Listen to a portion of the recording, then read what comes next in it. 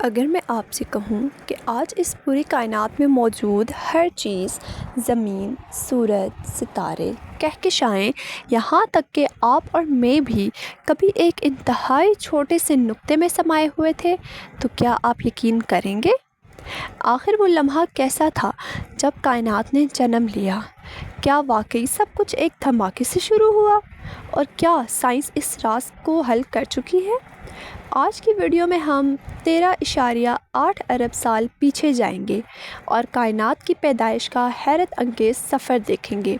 تو ویڈیو آخر تک ضرور دیکھیے، کیونکہ آخر میں ایک ایسا دلچسپ سوال بھی پوچھوں گی جو شاید آپ نے پہلے کبھی نہ سوچا ہو۔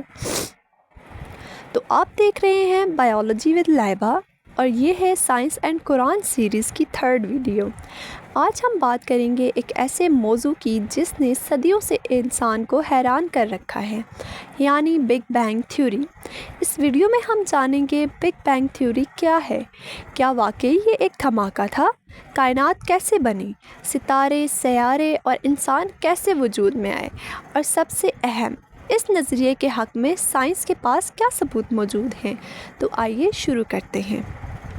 زیادہ تر لوگ سمجھتے ہیں کہ بگ بینگ خلا میں ہونے والا ایک بہت بڑا دھماکہ تھا، لیکن حقیقت اس سے مختلف ہے۔ بگ بینگ کوئی عام دھماکہ نہیں تھا، بلکہ خود اسپیس کا پھیلنا تھا۔ تقریباً 13.8 ارب سال پہلے پوری کائنات انتہائی گرم اور بے حد کثیف حالت میں موجود تھی۔ پھر اچانک کائنات نے پھیلنا شروع کیا۔ جیسے جیسے کائنات پھیلتی گئی، درجہ حرارت کم ہوتا گیا، میٹر بننے لگا، کہکشائیں وجود میں آئی، ستارے بنے، سیارے تشکیل پائے، اور آخر کار زندگی وجود میں آئی۔ ایک غبارے پر نقطے بنا کر اسے پھیلائیں تو ہر نقطہ دوسرے سے دور ہوتا جاتا ہے۔ یہی مثال کائنات کے پھیلنے کو سمجھنے میں مدد دیتی ہے۔ یہ سائنس کا سب سے مشکل کوশ্چن ہے کہ بگ بینگ سے پہلے کیا تھا۔ حقیقت یہ ہے کہ سائنسدان ابھی تک اس کا یقینی جواب نہیں دے سکے۔ کچھ نظریات کے مطابق ٹائم کا آغاز ہی بگ بینگ سے ہوا، اس لیے پہلے کا سوال شاید درست ہی نہ ہو۔ کچھ اور نظریات کہتے ہیں شاید ایک سے زیادہ کائناتیں موجود ہیں، یا کائنات بار بار بنتی اور ختم ہوتی رہتی ہے، لیکن ابھی تک ان نظریات کا کوئی حتمی ثبوت نہیں ہے۔ ابتدائی لمحوں میں کائنات کا درجہ حرارت ناقابل تصور حد تک زیادہ تھا۔ سب سے پہلے بہت چھوٹے ذرات وجود میں آئے، جیسے کوارکس، الیکٹرونز، نیوٹرونز، پھر کوارکس مل کر پروٹون اور نیوٹرون بنے۔ تقریباً 3 منٹ بعد ہائیڈروجن اور ہیلیم کے نیوکلیس بنے، اور تقریباً 3,80,000 سال بعد الیکٹران ان کے ساتھ مل گئے اور پہلے ایٹم وجود میں آئے۔ اب روشنی آزادانہ سفر کرنے لگی۔ یہی روشنی آج بھی cosmic microwave background کی صورت میں موجود ہے۔ بگ بینگ تھیوری کو درست ماننے کی چند اہم وجوہات یہ ہیں۔ کائنات مسلسل پھیل رہی ہے۔ سائنسدانوں نے دیکھا کہ تقریباً تمام کہکشائیں ایک دوسرے سے دور جا رہی ہیں۔ دوسرا، cosmic microwave background, یہ وہ قدیم روشنی ہے جو بگ بینگ کے تقریباً 3,80,000 سال بعد خارج ہوئی تھی۔ 1965 میں اس کی دریافت بگ بینگ تھیوری کے حق میں بہت مضبوط پروف بنی۔ تیسرا اور سب سے امپورٹنٹ، ہائیڈروجن اور ہیلیم کی مقدار۔ کائنات میں موجود ہائیڈروجن اور ہیلیم کا تناسب بھی بگ بینگ تھیوری کی پیشگوئی سے کافی حد تک مطابقت رکھتا ہے۔ اگلا سوال یہ ذہن میں آتا ہے کہ ستارے، کہکشائیں اور زمین کیسے بنی؟ وقت گزرنے کے ساتھ گریوٹی نے گیس کے بڑے بادلوں کو اکٹھا کرنا شروع کیا۔ یہ بادل سگڑ کر ستارے بن گئے، ستاروں کے بڑے بڑے مجموعے کہکشائیں بن گئی۔ ہماری کہکشاں ملکی وے بھی انہی میں سے ایک ہے۔ تقریباً 4.6 ارب سال پہلے سورج وجود میں آیا۔ اس کے ارد گرد گھومتی ہوئی گیس سے زمین اور دوسرے سیارے بنے۔ کروڑوں سالوں بعد زمین پر زندگی کا آغاز ہوا اور ایوولوشن کے ذریعے آج انسان وجود میں آیا۔ یہ ایک شاندار عمل ہے جسے ہم کائنات کی ارتقاء کہتے ہیں۔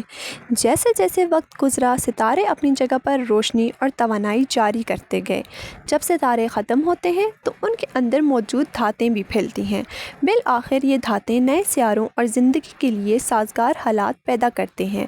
تو اسی طرح ہماری کہکشاں، سورج، زمین اور آخر میں ہم سب اسی عظیم کائناتی کہانی کا حصہ ہیں۔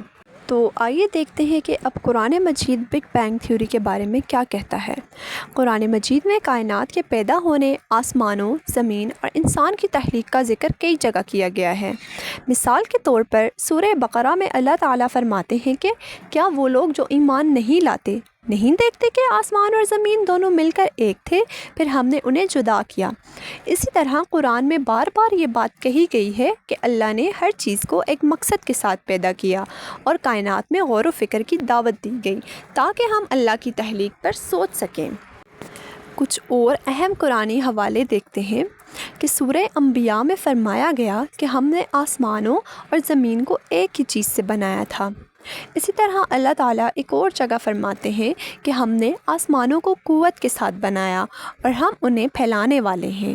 ان آیتوں میں بھی کائنات کی تخلیق کا ذکر ہے۔ قرآن مجید میں اکثر آیات کو بگ بینگ تھیوری سے جوڑا جاتا ہے، جیسا کہ اللہ تعالیٰ فرماتے ہیں کہ آسمان اور زمین پہلے ایک واحد چیز تھے، پھر انہیں جدا کیا گیا۔ یہ آیات کائنات کی تخلیق اور اس کے پھیلاؤ کی طرف اشارہ کرتی ہیں، لیکن سائنسی نظریات اور دینی تشریحات میں فرق کو سمجھنا بھی ضروری ہے۔ ایک اور جگہ پر قرآن مجید میں آیت کا ترجمہ ہے کہ کیا کافروں نے نہیں دیکھا کہ آسمان اور زمین باہم ملے ہوئے تھے، پھر ہم نے انہیں جدا کر دیا۔ بعض علماء اس آیت کو بگ بینگ سے جوڑتے ہیں۔ دیگر مفسرین کے مطابق اس کا مطلب صرف آسمان و زمین کی ابتدائی تخلیق بھی ہو سکتا ہے۔ اس کے علاوہ سورہ زاریات میں اللہ تعالیٰ فرماتے ہیں اور آسمان کو ہم نے قدرت سے بنایا اور ہم اسے وسعت دینے والے ہیں۔ بعض لوگ اسے پھیلتی ہوئی کائنات سے جوڑتے ہیں۔ جدید فلکیات بھی بتاتی ہے کہ کائنات پھیل رہی ہے۔ پھر 6 دنوں میں تخلیق کا ذکر آتا ہے کہ کئی مقامات پر قرآن مجید میں ارشاد ہوتا ہے کہ اللہ نے آسمانوں اور زمین کو 6 ایام میں پیدا کیا۔ اس کے بعد ہم دیکھ لیتے ہیں کہ دھواں یا گیس کی حالت۔ تو ایک اور سورہ میں اللہ پاک ارشاد فرماتے ہیں کہ پھر وہ آسمان کی طرف متوجہ ہوا جبکہ وہ دھواں تھا۔ بعض مفسرین اس طوفان کو ابتدائی گیس نما حالت سے جوڑتے ہیں۔ اب ہم دیکھتے ہیں کہ سائنس اور قرآن کا کیا تعلق ہے۔ قرآن کا مقصد انسان کو ہدایت دینا ہے، سائنسی نصابی کتاب بننا نہیں۔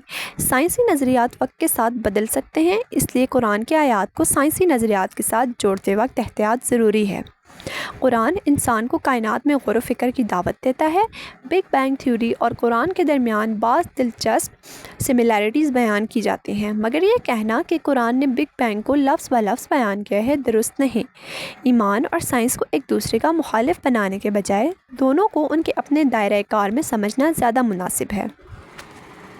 اسی طرح اللہ پاک سورہ اعراف میں فرماتے ہیں کہ بے شک تمہارا رب اللہ ہے جس نے آسمانوں اور زمین کو 6 دنوں میں پیدا کیا پھر عرش پر قائم ہوا۔ سورہ یونس میں اللہ تعالیٰ فرماتے ہیں بے شک تمہارا رب اللہ ہے جس نے آسمانوں اور زمینوں کو 6 دنوں میں پیدا کیا پھر عرش پر قائم ہوا، وہی ہر کام کی تدبیر کرتا ہے۔ سورہ حدید میں اللہ تعالیٰ فرماتے ہیں وہی ہے جس نے آسمانوں اور زمین کو 6 دنوں میں پیدا کیا پھر عرش پر قائم ہوا، وہ جانتا ہے جو زمین میں داخل ہوتا ہے اور جو اس سے نکلتا ہے، اور جو آسمان سے اترتا ہے اور جو اس کی طرف چڑھتا ہے، اور وہ تمہارے ساتھ ہے جہاں کہیں بھی تم ہو، اور اللہ تمہارے اعمال کو خوب جاننے والا ہے۔